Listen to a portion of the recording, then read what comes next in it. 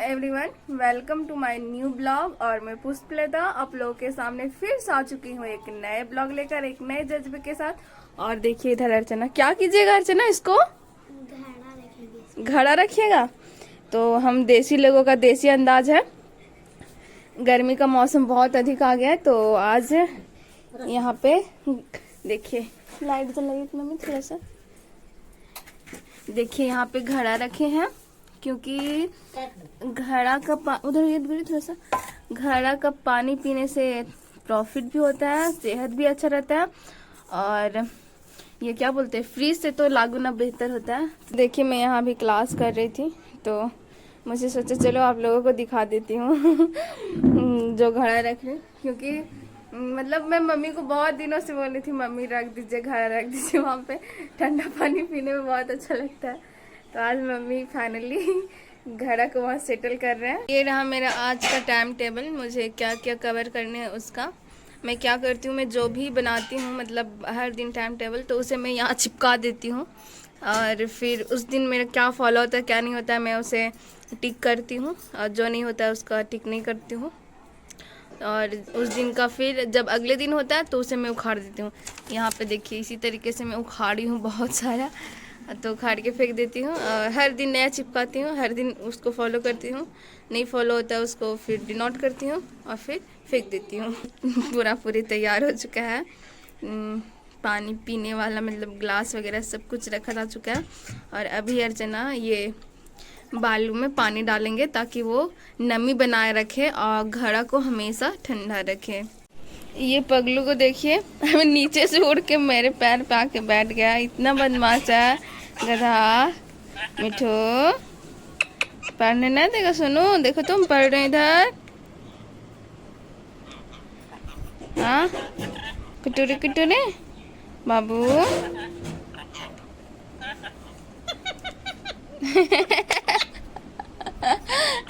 कटोरे कटोरे गधा।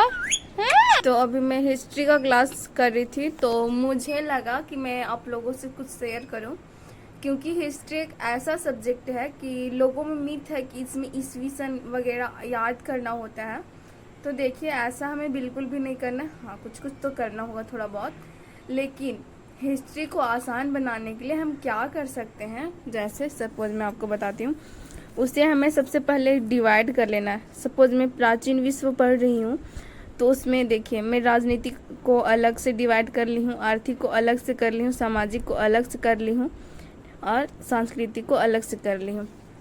तो सभी को सामाजिक, आर्थिक, सांस्कृतिक क्षेत्र तीनों चारों को अलग अलग क्षेत्र में डिवाइड कर लेना है और उसके अनुसार पढ़िए। तो उससे आपका ये होगा कि सारा कॉन्सेप्ट क्लियर होते जाएगा। अच्छा सांस्कृतिक क्षेत्र में ये परिवर्तन हुआ, राजनीतिक क्षेत्र में ये परिवर्तन हुआ, और आपका इंटरेस्ट भी बढ़ेगा, अच्छा भी लगेगा। उससे आप अपना इंडिया को कनेक्ट करके देखिएगा, अच्छा मेरे इंडिया में ये प्रॉब्लम था, विश्व में ये था, तो अच्छा लगेगा पढ़ने में, इंटरेस्ट का जागरूकता होगी। तो आप इस तरीके से डिवाइड करके पढ़े, सामाजिक, आर्थिक, राजनीतिक, सांस्कृतिक वगैरह में डिवाइड करके पढ़े तो ज़्यादा कुछ समझ में आएगा। तो फिलहाल मैं यही पढ़ रही थी, तो सोची चलो मैं आप लोगों से भी शेयर कर देती हूँ। पढ़ते पढ़ते बोर लग रहा था तो मैं सोची थोड़ा टहल लेती हूँ, तो आ गई बाहर से। और देखिए ये बकरी का मैं खासियत बताऊँ, 3 बजेगा एकदम शाम का 3 बजेगा और इसका मैं स्टार्ट हो जाता है।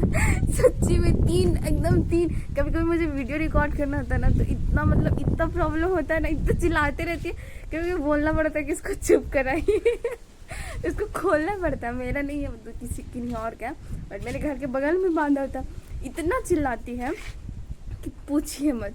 मुझे आप लोगों से कुछ बातें करनी है जो हर स्टूडेंट, हर यूपीएससी स्टूडेंट का प्रॉब्लम होता है, उसमें एक मैं भी शामिल हूँ। होता ये है कि एक सप्ताह हुआ, एक सप्ताह में 4 दिन 5 दिन आप लगातार तो अच्छे पढ़ते हैं, लेकिन छठा दिन 7वां दिन ऐसा होता है कि बिल्कुल भी पढ़ने का मन नहीं करता है, मतलब डिमोटिवेशन जैसा लगता है। तो हमें ऐसा स्थिति में क्या करना है, जब भी आपको पढ़ने का मन ना करे तो उस समय ये सोचिए कि मैं इस फील्ड में क्यों आया था।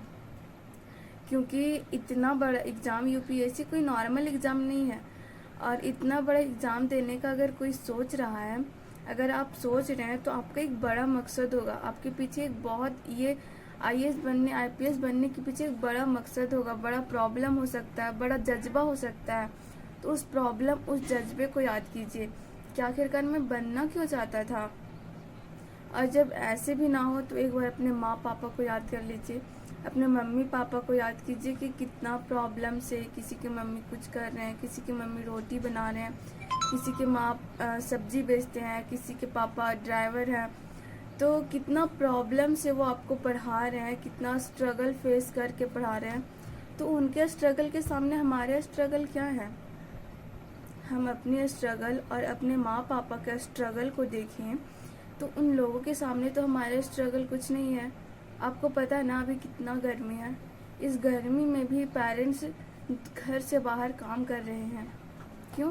क्योंकि हम लोग अच्छे से, हम बच्चे अच्छे से पढ़ सकें। तो जब भी आपको डिमोटिवेशन लगे ना, तो एक बार आंख बंद करके अपने माँ पापा के बारे में सोचें कि उन्होंने हमारे लिए क्या क्या कर रहे हैं। तो इस तरीके से छोटा छोटा मतलब प्रॉब्लम को जो फेस कर रहे हैं उसको याद कीजिए। आपके लाइफ में जो आपसे अच्छे पोजीशन पे थे, मतलब इनकम के दृष्टि से उनको क्या क्या सुविधाएं मिल रही है, और आपके मम्मी पापा आपके पास, आपके मम्मी के पापा के पास जो भी सुविधाएं हैं उससे क्या क्या वो आपको देने की कोशिश कर रही है, ये सारे बातें याद कीजिए और आगे बढ़िए। यदि आप अभी समय को बर्बाद कीजिएगा ना तो एक दिन समय आपको बर्बाद कर देगा। इसीलिए अभी आप समय को समय दीजिए, एक दिन समय आपको समय देगा। आप देख सकते हैं फ़िलहाल अभी मेरा क्लास कंप्लीट हुआ और फ़िलहाल मैं पढ़ रही थी विभेदित बैंकिंग। तो मैं आप लोगों को बता दूं कि विभेदित बैंकिंग क्या है।